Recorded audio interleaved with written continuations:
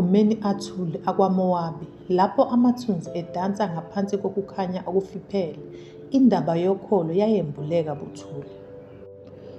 uRuthe, umfelokazi osemusha, wayemi empambanweni yomgwaqo. Umyeni wakhe wayesefile, ikusasa lakhe lalingenasiqiniseko.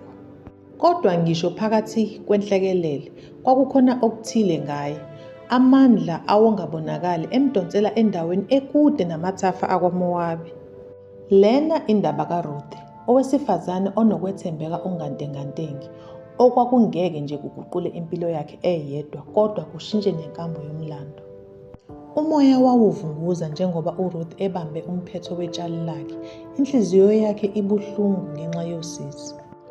Uninazala uNaomi wema eduze kwakhe, naye elusizi ngokufa komyeni wakhe namadodana. Laba abesifazane base bengabafelokazi, amathemba abo nokuvikeleka kwabo kungcwatshwe nabayeni babo.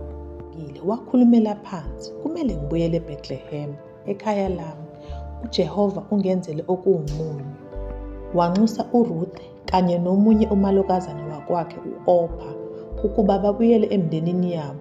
Kodwa uRuthe, inhliziyo yakhe egcwele uthando olujulile kunegazi lakhe, wenqaba.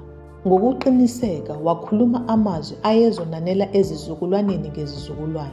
Lapho uya khona ngiyakuya khona, lapho uhlala khona ngiyakuhlala khona. Abantu bakho bayokuba abantu bami, noNkulunkulu wakho abe nguNkulunkulu wami. uRuth 1:16. Indlela eya eBethlehem yayiyinde futhi igcwele ukungaqiniseki. uRuth noNaomi bahamba emgwaqweni onothuli, ezindaweni ezimazombezombe, nendlala enzima ibabambile njengoba beya ezweni lesithembiso. uNaomi, owake waba imanzi ekhazimulayo, manje wayesegugile ngenxa yosizi, ethwele ubunzima bokulahlekelwa kwakhe. Kuyilapho uRuth enethemba lesiqalo esisha. Fike eBethlehem lapho kuqala ukuvunwa kwabhali.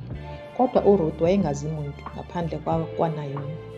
Ukuhlupheka kwabanamathela njengothuli lomgwaqo, kodwa umoya kaRuth wahlala unethemba nje. Ngivumele ngiye emasimini, kusho uRuth, ukuze ngikhothoze phakathi kwezikhwebu ngemva kwalowo engiyothola umusa emehlweni akhe. uRuth 2:2. uRuth wangena emasimini endoda okuthiwa uBowazi, isihlobo esicebile somyeni kaNaomi ongasekho. uRuth wayengazi nokuthi uBowazi uyindoda ehloniphekile nephanayo. Lapho embona ekhothoza phakathi kwezithungu, wathintwa ukukhuthala nomusa wakhe. "Ekabani le ntombi?" kubuza uBowazi enduneni yakhe. Lapho ezwa khona indaba kaRuth, uBowazi waya kuye ngomusa. "UJehova makakubuyisele ngokwenzileyo. Uphiwe umvuzo opheleleyo nguJehova uNkulunkulu ka-Israyeli, oze ukuzophephela ngaphansi kwephiko lakhe." Ruth 2:12.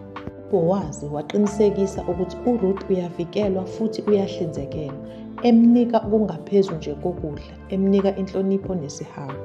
Njengoba ukuvuna kwakuqhubeka, uNaomi waqala ukubona isandla sikaNkulunkulu sisebenza. Watshela uRuth ukuthi akathathe isinyathelo esinesibindi. Wathi, "Hamba uye esivuneni namuhla ebusuku. Lapho uBowazi elala, wambule izinyawo zakhe ulale, uzokutshela okumele ukwenze." Kwakuyisenzo sokuthobeka nokwethemba. uRuth nakuba engenasiqiniseko wamlalela uNaomi. Kwathi sekusebusuku kakhulu, waya kuBowazi buthule, walala ezinyaweni zakhe, njengophawu lwesifiso sakho sokuvikelwa nokushada ngaphansi kwamasiko angaleso sikhathi. Lapho uBowazi ethukile, uRuth wenza isicelo sakhe. "Yelula amaphiko akho phezu kwenceku yakho ngokuba wena ungumhlengi." uRuth 3:9. uBowazi wathinteka kakhulu ebona ukholo nobuqotho bakhe, wathembisa ukuthatha isinyathelo, eqonda ukubaluleka kwakhe futhi ehlonipha nesicelo sakhe. uBowazi wawagcina amazwi akhe, wafuna ukuhlenga uRuth ngokwemithetho yakwa-Israyeli. Waya kwabadala bedolobha, wakhetha ukushada futhi abuyise umhlaba kaNaomi, eqinisekisa uhlu lozalo lwabo ukuthi luzoqhubeka. "Ngikuthengile konke esandleni sikaNaomi okwakungokaka-Elimeleki, noRuth ngimtholile ukuba abe ngumkami." uRuth 4:15. verse 9-10. Ekuhlengweni kukaRuth, uNaomi owayekade enomunyu wathola injabulo, futhi umphakathi wamncoma uRuth ngobuqotho bakhe obungantengantengi. Indaba kaRuth isikhumbuza ukuthi ukwethemba, ukholo kanye nothando kungashintsha ikusasa. Kusukela emasimini akwaMowabi kuya ekuzalweni kwamakhosi, uhambo lukaRuth lwalungolunye lokuhlenga nomusa. Kuyena sibona amandla enhliziyo ethobekileyo enesibindi sokuthembela kuNkulunkulu, kungakhathaliseki ukuthi izindleko zingakanani. Makabongwe uJehova ongakushiyanga namuhla ungenamhlengi, negama lakhe malidume kwa-Israyeli. URuth 4 verse 14.